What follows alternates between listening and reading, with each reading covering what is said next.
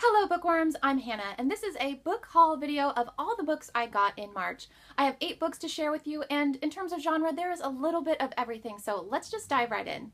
Let's start with a science fiction techno-thriller about computer hackers and space pirates, Corsair by James L. Cambyses. This story begins in the early 2020s and concerns 2 young computer hackers named Elizabeth and David who have a brief affair and then part ways. Fast forward 10 years. Mining is central to the economy. David works for an international band of thieves, and Elizabeth has taken a military job cracking down on international space piracy.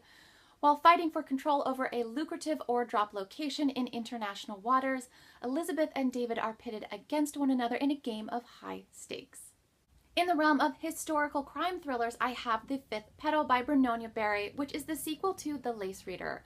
On Halloween night, a teenage boy dies in a suspicious way, and Salem's chief of police, John Rafferty, suspects there may be a connection between the boy's death and one of Salem's most notorious cold cases, known as the Goddess Murders, a triple homicide in which 3 young descendants of accused Salem witches were killed on Halloween night in 1989.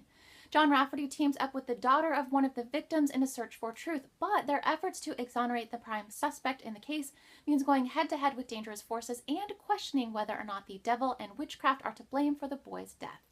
Before we move on to the next book, I just want to say thank you to Goodreads. I won a free copy of this book in a Goodreads giveaway, and if there's one thing I love more than books, it's free books. Next up are 2 non-fiction books, the first of which is Edgar Allan Poe, The Fever Called Living by Paul Collins. This is the 5th book in a series called Icons, which is a collection of biographies about select historical figures. Some of the other books in the series examine the lives of J.D. Salinger, Hannah Arendt, Van Gogh, and Alfred Hitchcock, just to name a few. This one, as you might imagine, explores the troubled life of Edgar Allan Poe, and the author claims to have unearthed what might be Poe's first work of previously undiscovered published fiction. The second nonfiction book is a cookbook, One Part Plant by Jessica Murnane. The author was inspired to write this book after a bout of crippling illness. Her doctors told her she would need a hysterectomy to resolve her chronic pain and insomnia, but instead of surgery, she opted to radically change her diet. By changing the way she eats, she found improved overall health, started sleeping again, obliterated her chronic pain, and never needed the hysterectomy. The author acknowledges that radical change is difficult for most people, so she introduces a simpler approach to finding health by encouraging readers to incorporate 1 plant-based meal per day into their diet. I've been a vegetarian for almost 10 years, so I already eat a plant-based meal at every meal. I bought this book because I'm a sucker for cookbooks with appetizing photography, and because I was drawn to some of the recipes like Lebanese spicy potatoes, Persian-style dill rice, creamy mushroom lasagna, and roasted berry milkshakes. Now for a gothic mystery, The Unicorn by Iris Murdoch. This story unfolds in a remote castle. It follows a woman named Marion Taylor who arrives at the castle to work as a companion to Mrs. Hannah Clean Smith. While there, Marion discovers a string of peculiar mysteries and is drawn into drama that concerns her employer. I read some select passages from this book in another book called How to Read Literature Like a Professor by Thomas C. Foster, and I enjoyed those passages so much that I was moved to buy a copy of this book. I don't put much stock in promotional quotes on book covers, but this one has a quote that says the book is a strange combination of fairy tale and blood and thunder. Sounds cool to me. As far as classics go, I bought The Scarlet Letter by Nathaniel Hawthorne. It takes place in Puritan New England in the 17th century and explores themes of evil, guilt, and sin through the story of the adulterous woman Hester Prynne and her illegitimate daughter, Pearl. I want to first reread this classic before exploring a modern interpretation of it, When She Woke by Hilary Jordan, where in the not-too-distant future, criminals are chromed, meaning their skin is tinted a color that's representative of their crime. The protagonist, Hannah, is chromed, then released from prison.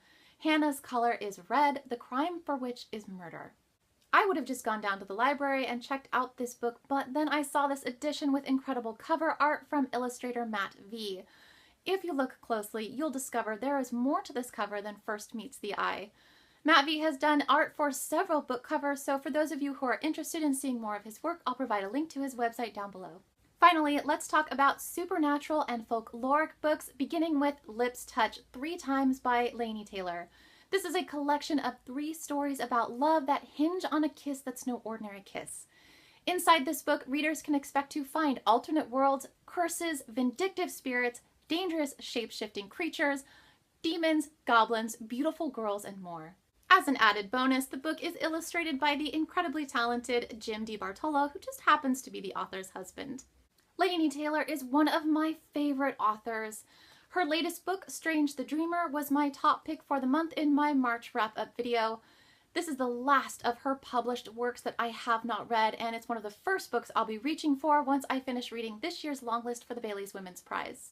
Finally, I have The Girl of Ink and Stars by Kieran Millwood Hargrave, which is sometimes published under the title The Cartographer's Daughter.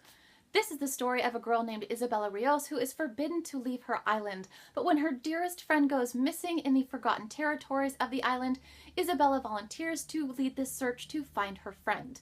Isabella is the daughter of a cartographer and begins her journey armed with ink, maps, and knowledge of astronomy. She's eager to explore the island and find her friend, but the island proves more dangerous than she could have imagined. Maps and her knowledge of the stars may not be enough to protect Isabella from the ancient myths and legendary demon of the island. I heard about this book from Jennifer on Insert Literary Pun here. She is one of my favorite booktubers, so I'll provide a link to her channel down below. That's all the books I have for you today. If any of these books caught your eye and you plan to read them or throw them on your TBR, tell me which books and why in the comments below. Thanks everybody!